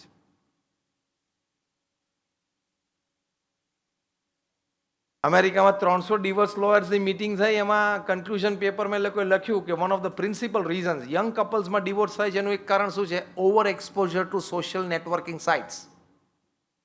તમે પરિણિત છો તો તમારે સોશિયલ નેટવર્કિંગ સાઇટ ઉપર જવાની જરૂર શું છે? વાય? For what reason? અહીં બેઠા બેઠા તમે કોઈક વિયેટનામમાં હોય ને કોઈક શ્રીલંકામાં જોડે વાતો કરો. મૂર્ખ છું. તારો પરિવાર છે, પડોશી છે, 2-4 સારા મિત્રો છે, 5-10 સગાવાલા છે, જેની જોડે તારે આનંદ છે, તારે એની માટે પ્રેમ આદર છે, એને તમારી માટે પ્રેમ આદર છે, એની જોડે ટાઈમ સ્પેન્ડ કરને. અજાણી વ્યક્તિ સાથે વિયેટનામ શ્રીલંકામાં શું કામ ચેટ કરે છે? Total nonsense, waste of time. અને તમને ખબર નથી એ વ્યક્તિ કોણ છે, આઈડેન્ટિટી એ છુપાવે. હવે તો જેન્ડર છુપાવે છે ને, જેન્ડર છુપાવીને વાતો કરે અને તમને ચાલ્યા કરે. 5-7 વર્ષ સુધી વાતો ચાલે. હવે તો પેલા આધાર કાર્ડ લિંક થવાના છે. આધાર કાર્ડ લિંક થશે ખબર પડશે કે હું 3 વર્ષથી જેને સ્વીટી સમજીને વાતો કરતી તો રઘો હતો. એવું ચાલવાનું છે. એટલે ફુલિશનેસ. તમે એ વ્યક્તિને ક્યારેય મળવાના નથી. અક્રોસ કોન્ટિનેન્ટ્સ, યુરોપ ને વિયેટનામ, તમે ત્યાં ચેટિંગ ચાલુ કરો. બુદ્ધિ છે કે નહીં? પરિવારનું જીવન કોને કહેવાય ખબર છે કે નહીં? What is family value? Social value શું છે જીવનમાં, એની કઈ ગતાગમ છે કે નહીં? તું ધંધો ગમે તેટલો મોટો કરતો હોય પણ લાંબા ડિસ્ટન્સમાં અમથા ચેટિંગમાં કલાકો બગાડતો તો તારા જેવો પૃથ્વી પર મૂર્ખ માણસ નથી. અને ચેટિંગમાં તમે તમારી જાતને જોખમમાં મૂકો છો. હા કે ના? તમારું ભાવિ જોખમમાં મૂકો છો. તમારા પરિવારને વિખવાદ થઈ જવાની શક્યતા છે. એ તમારો પરિવારને તમે જોખમમાં મૂકો છો. સેન્સ છે કે નહીં કોઈ? એટલે લાઈફ તરફથી વર્ક લાઈફ બેલેન્સ જીવનમાં સંતુલન રહે એની માટે પરિવારના બધા નિયમો પણ આપણે પાળવા પડે. મર્યાદા રાખવી જ પડે. જોવામાં, ઉઠવામાં, બેસવામાં, ચાલવામાં, વાત કરવામાં, વર્તવામાં મર્યાદા જોઈએ જ. નહીં તો પશુમાં આપણામાં ફેરશું. પ્રમુખ સ્વામી મહારાજ એક વાક્ય સરસ બોલતા, ધર્મ પાળે તે મનુષ્ય, ધર્મ ન પાળે તે પશુ. પશુને ક્યાં કોઈ ધર્મ જેવું છે? આપણે ધર્મના સિદ્ધાંતો પાડીએ તો પશુ કરતા જુદા થયા તો મનુષ્ય થયા. એટલે આ વાક્ય એ બોલતા કે ધર્મ પાળે તે મનુષ્ય અને ધર્મ ન પાળે તે પશુ. આ બધી વાત ધર્મમાં આવે છે. આ તો કાર્લ ઝિમરમેનના પુસ્તકમાં લખી છે એટલે વિશ્વ પ્રસિદ્ધ થયું. આ બધી વાતો આપણી સંસ્કૃતિમાં, સનાતન હિન્દુ ધર્મની સંસ્કૃતિમાં અને આપણે પરંપરામાં છે જ. We have it. સિમ્પલ. રામાયણમાં તુલસીદાસજી આ વાત લખી છે. બોલો, કાર્લ ઝિમરમેને તો હમણાં લખી, એમણે તો આ સદીઓ પહેલા લખી. પર ધન પથ્થર માનીએ, પર સ્ત્રી માત સમાન, ઇતને સે હરી ન મિલે તો તુલસીદાસ જમાન. તુલસીદાસજી આવી વાત લખી છે. કેટલી અદ્ભુત કે તમે આ બે વાત રાખજો જીવનમાં. પર ધન પથ્થર માનીએ, જે ધન તમારું નથી એ તમારી માટે શું છે? પથ્થર. થૂકવાનું નહીં, આપણું થૂક બગડે. અને પર સ્ત્રી માત સમાન, એમ સ્ત્રીઓ માટે પણ પર પુરુષ પિતા સમાન. આ બે વસ્તુ તમે રાખજો તો તુલસીદાસજી રામાયણમાં શું લખે છે? ઇતને સે હરી ન મિલે. આટલું તમે જીવનમાં પ્રામાણિકતા રાખતા હોય, જો તમને ભગવાન ન મળે ને તો તુલસીદાસ જમાન, હું તમારી જમાનગીરી કરીશ ભગવાનને. હું કહીશ કે આ માણસને તમે મળો. આટલી પવિત્રતા, આટલી શુદ્ધતા આપણી સંસ્કૃતિમાં છે તો વર્ક લાઈફ બેલેન્સ મેન્ટેન થશે. લોસ એન્જલસમાં એક જણાને ટ્રાફિક ટિકિટ આવી અને ટિકિટ ઘરે આવી. ત્યાં સિસ્ટમ છે યુએસમાં, તમારો ફોટો પડી જાય, ઓવર સ્પીડિંગમાં ફોટો પડી જાય અને ફોટો ઘરે આવી જાય અને તમારે ક્રેડિટ કાર્ડમાંથી કટ થઈ જાય અને તમારે પે કરવાનું. એક જણાના ઘરે ઓવર સ્પીડિંગની ટિકિટ આવીને એમાં છૂટાછેડા થઈ ગયા. કેમ? પેલો ફોટો પડે ને બાજુ કોઈક બીજું બેઠું હતું, પતી ગયો ને કાર્યક્રમ. આ તો જ્યારે થવા બેસે ને ત્યારે ગમે ત્યાંથી થઈ જાય. ઓવર સ્પીડિંગનો ફોટો ઘરે આવ્યો, એમાં છૂટાછેડા થઈ ગયા, પતી ગયો. કાંક બાજુ કોઈક બીજું બેઠું હતું, કાર્યક્રમ પૂરો, ચેપ્ટર એન્ડ્સ. એટલે કોઈ એવી હોશિયારી ના કોઈ હું બુદ્ધિશાળી છું ને હું હોશિયાર છું ને અનીતિ અને ખોટું અધર્મ. શ્રીમદ ભાગવતમાં લખ્યું છે, શ્રીમદ ભાગવતમાં લખ્યું છે કે પૃથ્વી છે એ અસત્યનો ભાર સહન કરી શકતી નથી. આજે નહીં તો કાલે, કાલે નહીં તો પરમ દિવસે. આ વાત છે ને પ્રમુખ સ્વામી મહારાજ બહુ ગાંઠી દ્રષ્ટાંતથી બોલતા. એ પોતે કહેતા કે તમે કૂવામાં ડૂબકી મારો અને નીચે જઈને તમે સંડાસ કરો તો તમે બહાર આવો ને પહેલાં તમારું પોત પ્રકાશી જાય કે તમે જઈને કર્યું છે શું. આ એક ગામઠી દ્રષ્ટાંત છે, ગામડાના માણસને સમજી જાય એટલે, જ્યાં ખેતર ને કૂવા હોય ત્યાં. પણ સિદ્ધાંત શું છે કે તમે અંધારામાં કોઈ ન જાણતા હોય ત્યારે પણ ચારિત્ર વિરુદ્ધની પ્રવૃત્તિ કરી, it has to see the light of the day. એ આજે નહીં તો કાલે, ને કાલે નહીં તો પરમ દિવસે સૂર્ય ઉગશે એટલે વાત બહાર આવશે જ. સૂર્ય ઉગશે એટલે બહાર આવશે જ. એટલે જીવનમાં, કાર્યક્ષેત્રમાં અને સંબંધોમાં હંમેશા પ્રામાણિકતા રાખવી. એનાથી શરૂઆતમાં તમને એમ લાગે કોઈ અપ્રામાણિકતાનો અનીતિ કરે જો એ વધી ગયો, એને ટેક્સની ચોરી કરી તો વધી ગયો. પણ પ્રામાણિકતા રાખશો, ભગવાન તમારી સાથે રહેશે. અને આપવું તો છેલ્લે એમને છે ને, એ ગમે ત્યાંથી આપશે. જો નીતિમત્તા અને પ્રામાણિકતાની કિંમત ભગવાન ન કરતા હોય તો આ પૃથ્વી ચાલે કેવી રીતે? ફરી વખત એ વાક્ય બોલું છું, કાર્યમાં અને સંબંધોમાં હંમેશા પ્રામાણિકતા રાખજો, તો ખૂબ સારી રીતે જીવન જીવવાનો આનંદ આવશે. 80 વર્ષે ને 90 વર્ષે પણ તમે કોઈ પણ સમાજની વચ્ચે ઊભા રહીને ઉન્નત મસ્તક સાથે કોઈની પણ આંખમાં આંખ નાખીને કહી શકશો કે મેં જીવનમાં ખોટું નથી કર્યું. આનો આનંદ કેવો? આનો આનંદ કેવો? ગમે તે સમાજની વચ્ચે, ગમે તે ગ્રુપની વચ્ચે, ગમે તેની આંખમાં આંખ નાખીને તમે કહી શકો કે મેં ખોટું નથી કર્યું.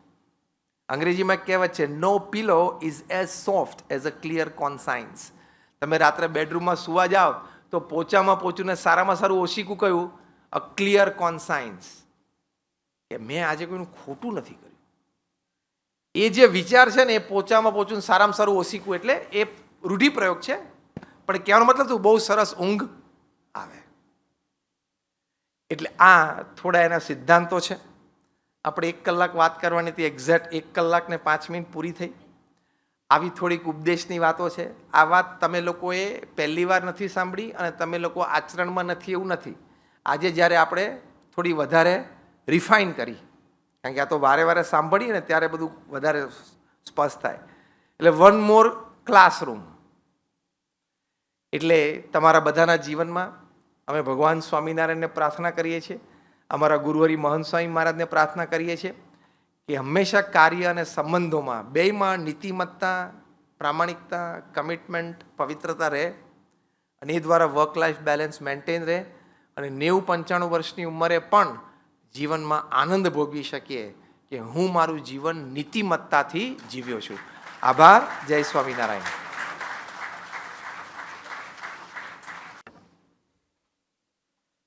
ડૉક્ટર જ્ઞાન વત્સલ સ્વામીજી, તમારો ખૂબ ખૂબ આભાર, જે અમને તમે જ્ઞાન ને વાણીનો પ્રકાશ આપ્યો છે. અમે ચોક્કસથી જીવનમાં એને ઉતારવાની કોશિશ કરશું અને દરેક અમારા એમપીએના મેમ્બર વતી તમારો ખૂબ ખૂબ આભાર. Thank you. અને હવે આપણે શ્રી સ્વામી જ્ઞાન વત્સલજી અને બીજા મહારાજ સાહેબને ધોતિયું પહેરાવવાનો પ્રોગ્રામ છે.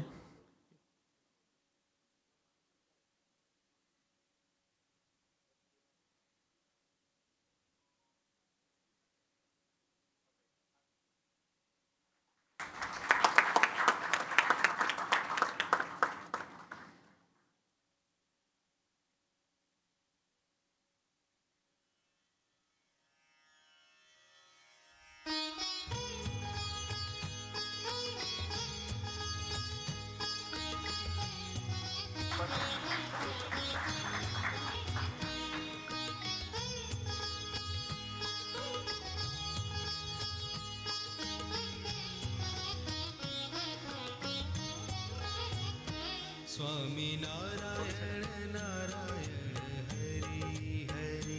स्वामी नारायण नारायण हरि हरि.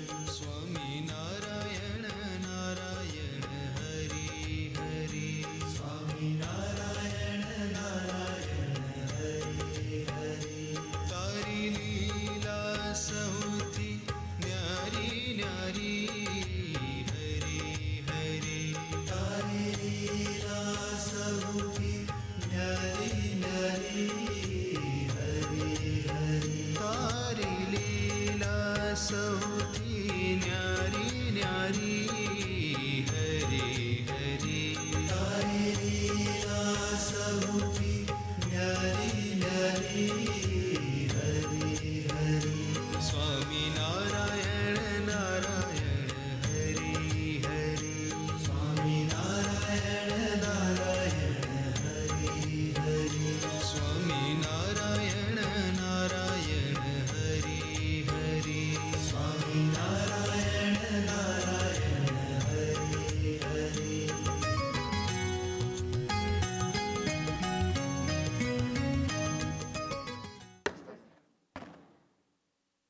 મુંબઈ ફાર્મા એસોસિએશન દ્વારા બીએફએસ સંસ્થાને એક નાનું એવું ટોકન તરીકે આપણે ચેક આપીએ છીએ.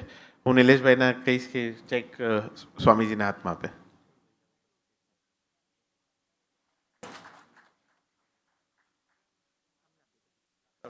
સાહેબ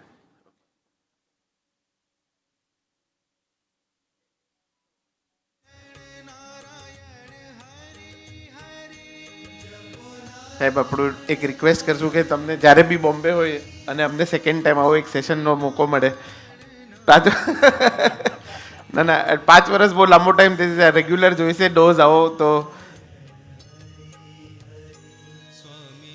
ઓકે. થેન્ક યુ સાહેબ.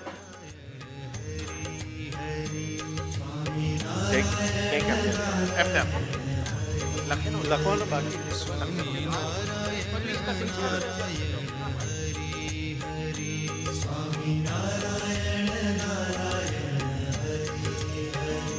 તારી લીલા સૌથી ન્યારી ન્યારી હરી હરી તારી લીલા સૌથી ન્યારી ન્યારી પ્લીઝ પગે નહીં લાગતા એમને.